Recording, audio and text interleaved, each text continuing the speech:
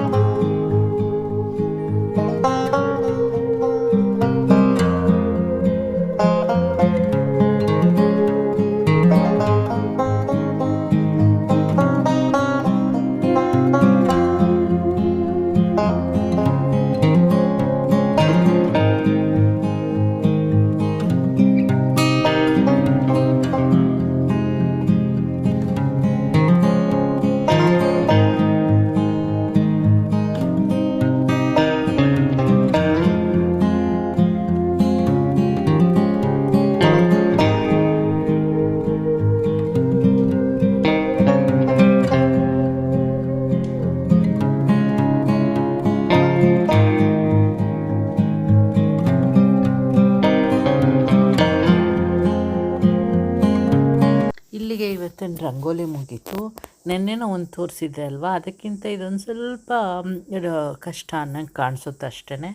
ಆದರೆ ತುಂಬಾ ಈಸಿ ಇದೆ, ನೀವು ಟ್ರೈ ಮಾಡಿ. ಆಮೇಲೆ ಯಾರೆಲ್ಲ ಟ್ರೈ ಮಾಡಿದ್ದೀರಾ ಅವರು ನನಗೆ ಕಮೆಂಟ್ ಮೂಲಕ ತಿಳಿಸಿ. ಯಾರೆಲ್ಲ ಸಬ್ಸ್ಕ್ರೈಬ್ ಆಗದೆ ಈ ವಿಡಿಯೋನ ನೋಡ್ತಿದ್ದೀರೋ ಪ್ಲೀಸ್ ಸಬ್ಸ್ಕ್ರೈಬ್ ಮಾಡ್ಕೊಳ್ಳಿ. ನಿಮ್ಮ ಸಬ್ಸ್ಕ್ರೈಬ್, ಲೈಕ್ ಮತ್ತು ಕಮೆಂಟಿಂದನೇ ನನಗೆ ಜಾಸ್ತಿ ಸ್ಫೂರ್ತಿ ಬರುತ್ತೆ ಹೊಸ ಡಿಸೈನ್ ಜೊತೆ ಬರೋದಕ್ಕೆ. ಹಂಗೆ ಇಷ್ಟು ಹೇಳ್ತಾ ಇವತ್ತಿನ ವಿಡಿಯೋ ಇಲ್ಲಿಗೆ ನಿಲ್ಲಿಸ್ತಾ ಇದ್ದೀನಿ. ನಾಳೆ ಮತ್ತೊಂದು ಡಿಸೈನ್ ಜೊತೆ ಸಿಗೋಣ. Bye, take care, love you, see you all tomorrow.